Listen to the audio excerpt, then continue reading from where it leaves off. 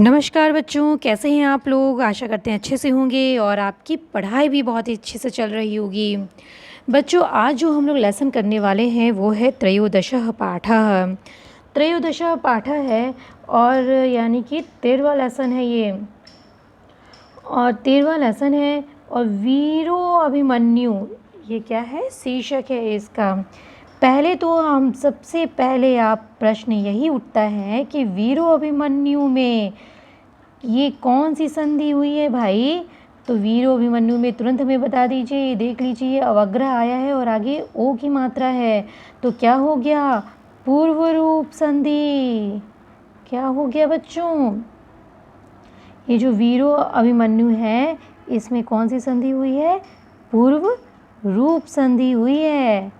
अब आपको भूलना नहीं चाहिए, ये अवग्रह है और क्या है, वीरो अभिमन्यु, वीरो प्लस अभिमन्यु है। ठीक है, तो चलिए शुरू करते हैं। ग्रामर को साथ में पढ़ते हुए चलेंगे। व्याकरण करना भी बहुत ज़रूरी होता है, तो व्याकरण को हम लोग करते हुए चलेंगे। शुद्ध उच्चारण प्लस व्याकरण। देखिए, महाभारतस्य युद्धम 18 दिनानि यावत् प्राचलत्। महाभारतस्य आ गया आपका अस्य, ये कौन क्या हो गया, महाभारत में कौन सी विभक्ति, कौन सा वचन हो गया, तो महाभारतस्य हो गया षष्ठी विभक्ति, एक वचन, संबंध कारक और चिन्ह क्या लगता है, का की के का, जैसा भी आपका सेंटेंस हो। तो अब ये क्या हो गया बच्चों कि महाभारत के युद्ध, युद्ध, महाभारत के युद्ध 18 मतलब 18, ये 10 है ना, 10 8 18, जैसे कि लिखते हैं वैसे ही हम संस्कृत में बोलते भी हैं पीछे से, 10 8 18, यानी कि 18 दिनानि, दिन यावत तक, प्राचलत चला। ठीक है, महाभारत का युद्ध 18 दिनों तक चला। आदौ आरंभ से, कौरव पक्ष में, आरंभ से कौरव पक्ष में, पितामह भीष्म सेनापति अभवत, हुए या थे। आरंभ से ही कौरव पक्ष में कौन थे, भीष्म। सेनापति कौन थे, भीष्म पितामह जी थे, आरंभ से ही। ठीक है, फिर क्या हुआ, हाँ, 10 दिनानि स युद्धम अकरोत्, वह 10 दिनों तक युद्ध किए। 10 दिनों तक क्या किए, उन्होंने 10 दिनों तक युद्ध किया। फिर उसके बाद तो वो गिर गए थे रथ से। ततः एकादशे दिवसे, 11वें दिन, एकादश मतलब 11 दिन में, दिवसे 11 दिनों में, द्रोणाचार्य सेनापति, द्रोणाचार्य क्या हुए, थोड़ा सा उसको बड़ा करना पड़ेगा, हाँ, 11वें दिन में द्रोणाचार्य सेनापति अभवत, द्रोणाचार्य सेनापति हुए। ठीक, 10 दिन तक क्या किए, सेनापति कौन था कौरव में, भीष्म पितामह जी थे। फिर उसके बाद द्रोणाचार्य सेनापति हुए। सब 5 दिनानि सेनापति आसीत, वे 5 दिन तक सेनापति थे। पंचदशे, 5वें दिन में, पंचदशे, ठीक है, पंचदशे यानी 15, 10 5 15, 15वें दिन में, दिवसे दिन में, सह वह वीर गतिम प्राप्तवान, वीर गति को प्राप्त हो गए। 15वें दिन में क्या हो गए, वो वीर गति को प्राप्त हो गए। तदंतरम, उसके पश्चात, कर्ण दिन द्वा मतलब 2 दिन, पर्यंत 2 दिन तक, सेनापति, पर्यंत मतलब तक, हाँ, 2 दिनों तक सेनापति अभवत, 2 दिनों तक सेनापति थे। पहले जो है कौन था, पहले भीष्म पितामह थे, फिर द्रोणाचार्य हुए, फिर 15 दिन के बाद वो वीर गति को प्राप्त हो गए। फिर कर्ण हुए 2 दिन के लिए सेनापति। फिर क्या हुआ, तस्मिन् वीरंगति प्राप्ते अर्ध दिनम, फिर वो भी उसमें कर्ण भी क्या हुआ, वीर गति को प्राप्त हो गए। हाँ, फिर अर्ध दिनम मातुलः शल्य युद्ध कृतवान, आधे दिन मामा शल्य, शल्य मामा ने युद्ध किया। कृतवान, शल्य मामा ने क्या किया? युद्ध किया।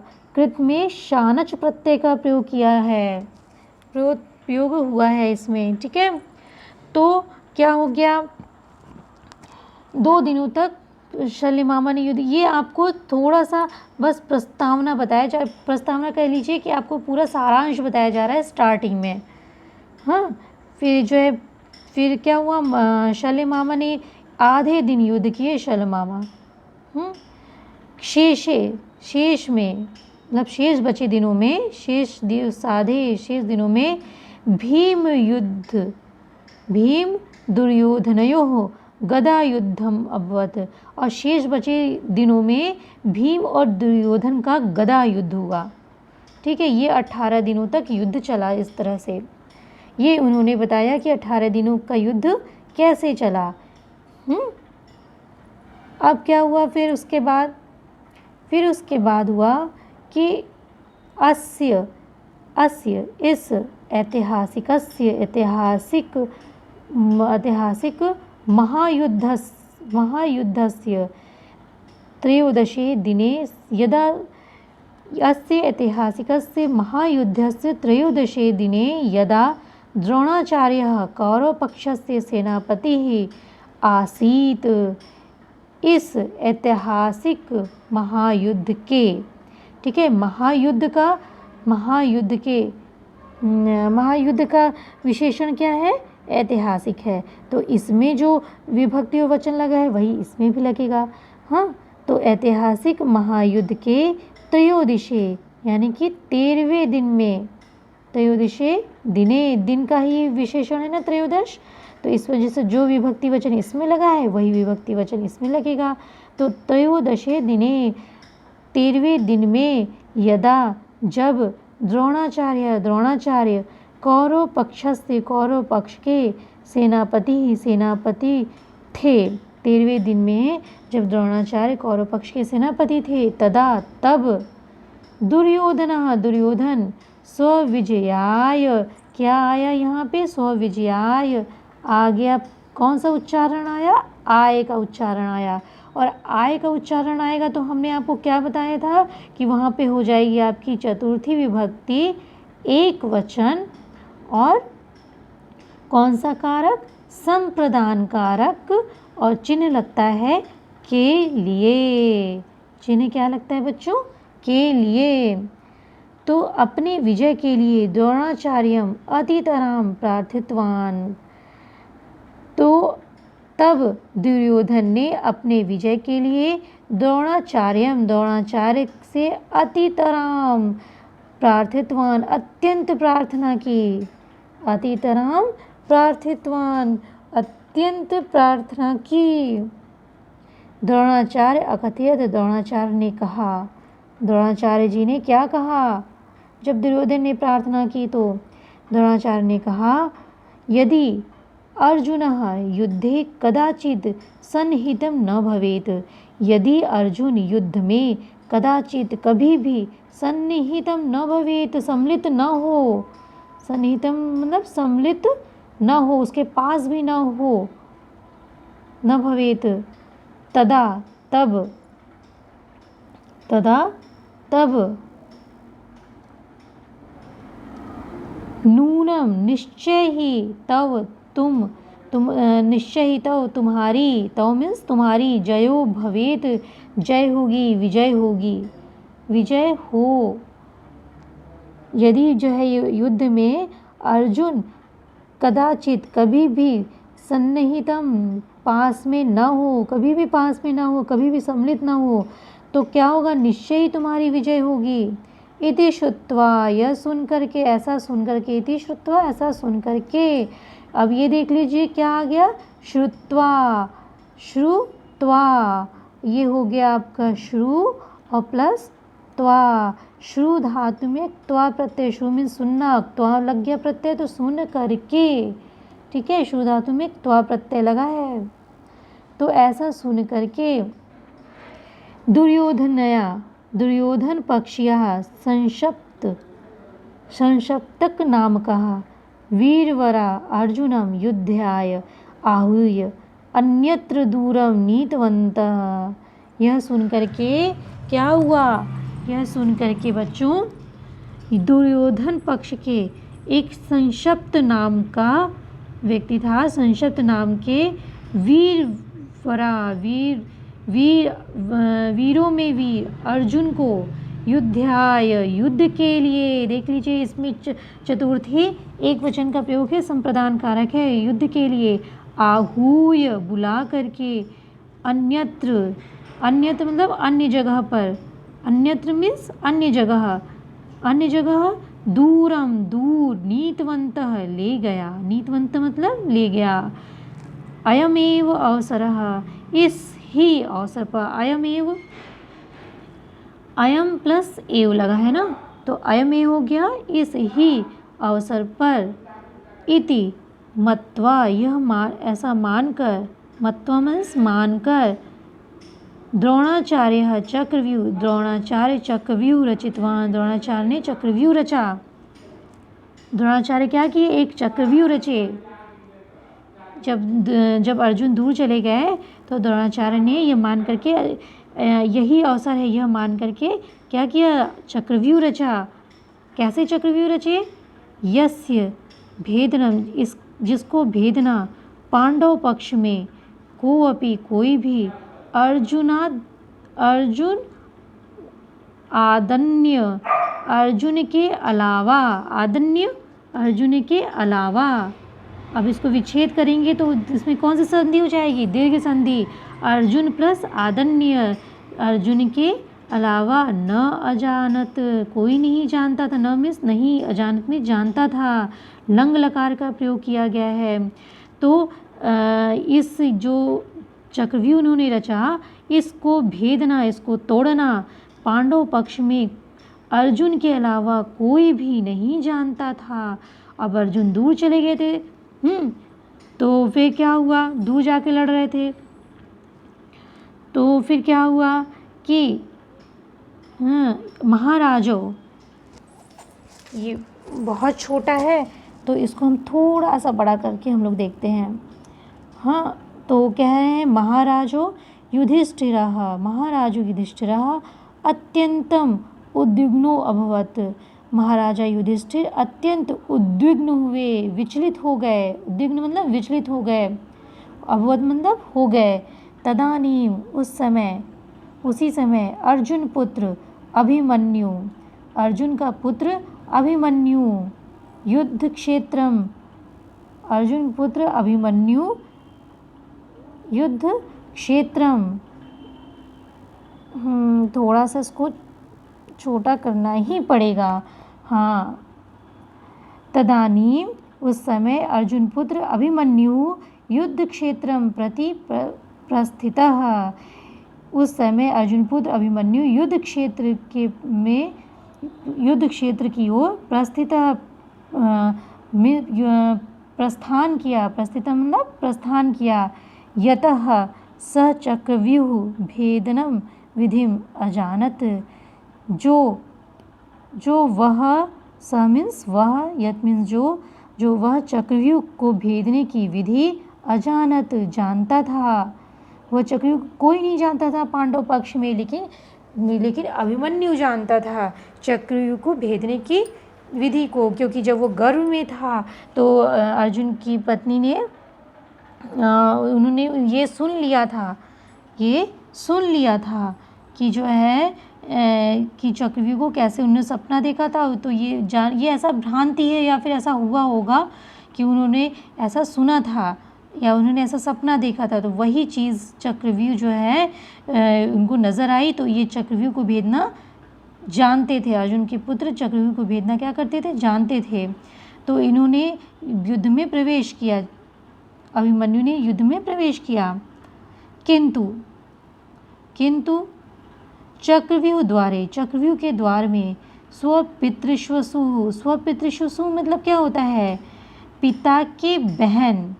पितृश्वसु मतलब पिता की बहन, और पति यानी पिता के बहन के पति। पिता के बहन के पति का अर्थात क्या हो गए? वो फूफा। पिता के बहन के पति अर्थात फूफा। अभिमन्यु के फूफा ने, अभिमन्यु की फूफा कौन? सिंधुराज, जयद्रथ, युधिष्ठिर, भीम, सहदेव, नकुल, अवरुद्धमान ने, सिंधुराज, जयद्रथ ने युधिष्ठिर, भीम, सहदेव, नकुल को अवरुद्ध कर दिया, रोक दिया। अभिमन्यु एकांकी, अभिमन्यु अकेले ही चक्रव्यूह के मध्य में प्रवेश करके अत्यंत पराक्रमेण में कौन सी विभक्ति, कौन सा वचन है? एण आया है, तो ये हो गई ना आपकी तृतीया विभक्ति, एक वचन, करण कारक, और चिन्ह क्या है? से, द्वारा। ठीक है, तो ये हो गया आपका परिक्रमेण, परिक्रमा से चक्रव्यूह में प्रवेश कर, अभिमन्यु अकेले ही चक्रव्यूह के मध्य में प्रवेश करके अत्यंत ही पराक्रम से यानी कि अपनी शक्ति से युद्धम कृत्वा, युद्ध को करके, बहून वीरान हतवान, बहुत सारे वीरों को हतवान, मारा। ठीक है, अभिमन्यु ने बहुत सारे वीरों को मारा, पराक्रम से, अपनी शक्ति से, अपने पराक्रम का प्रदर्शन करते हुए युद्ध करके बहुत सारे वीरों को मारा। हाधिक, धिक्कार है। किस बात का धिक्कार है पता है? किस बात का? हाधिक मतलब धिक्कार है, संबोधन करें ना, हाधिक धिक्कार है। वो अकेले ही बालक सारे उस चक्रव्यूह में घिर गया और सारी ही बड़ी ही वीरता से बहुत सारे जो है वीरों को मारा, लेकिन धिक्कार है। अंत में द्रोणाचार्य, कृपाचार्य, कर्ण, अश्वत्थामा, बृहदबल, कृतवर्मा, जयद्रथ, ऐसे 7 योद्धा सब मिल करके अभिमन्यु को निशस्त्र अभिमन्यु को, जिसने शस्त्र भी नहीं धारण किया था, निशस्त्र था, ऐसे अभिमन्यु को निशस्त्र करके, हाँ, निशस्त्र कृत्वा मतलब निशस्त्र करके, उसको मतलब निशस्त्र मतलब शस्त्र धारण नहीं करके, ऐसा उसको बना करके, यानी कि अभिमन्यु को निशस्त्र करके एकाकिनम अकेला हंतवंतः मार दिया। अकेले अभिमन्यु को हंतवंतः मार दिया। इन सारे लोगों ने मिलकर, इतने वीर योद्धाओं ने, 7 वीर योद्धाओं ने मिलकर के अकेले अभिमन्यु को मार दिया, और वो भी निहत्थे। वो भी क्या है? निहत्थे। और ये युद्ध का नियम होता है कि यदि कोई युद्ध के कुछ नियम भी होते हैं। यदि शाम सूर्य ढल जाए तो युद्ध बंद कर दिया जाता है, हाँ। और यदि कोई योद्धा निहत्था है, शस्त्र नहीं लिया है, तो वो युद्ध के नियमों के विपरीत होता है। और यहाँ पे इतने सारे योद्धाओं ने अभिमन्यु को घेर लिया, और वो तो उसके पास ना कोई हथियार था ना कुछ था, वो निशस्त्र हो गया, और उसको इतने सारे योद्धाओं ने मिल करके अभिमन्यु को मार दिया। ये गलत बात थी कि नहीं? अभिमन्यु वीर गतिम लब्ध्वा अभिमन्यु वीर गतिम लब्ध्वा अमरो अभवत। अभिमन्यु वीर गति को प्राप्त होकर के अमरो अभवत, अमर हो गया। इसमें भी पूर्व रूप संधि हुई है, अमर हो गया।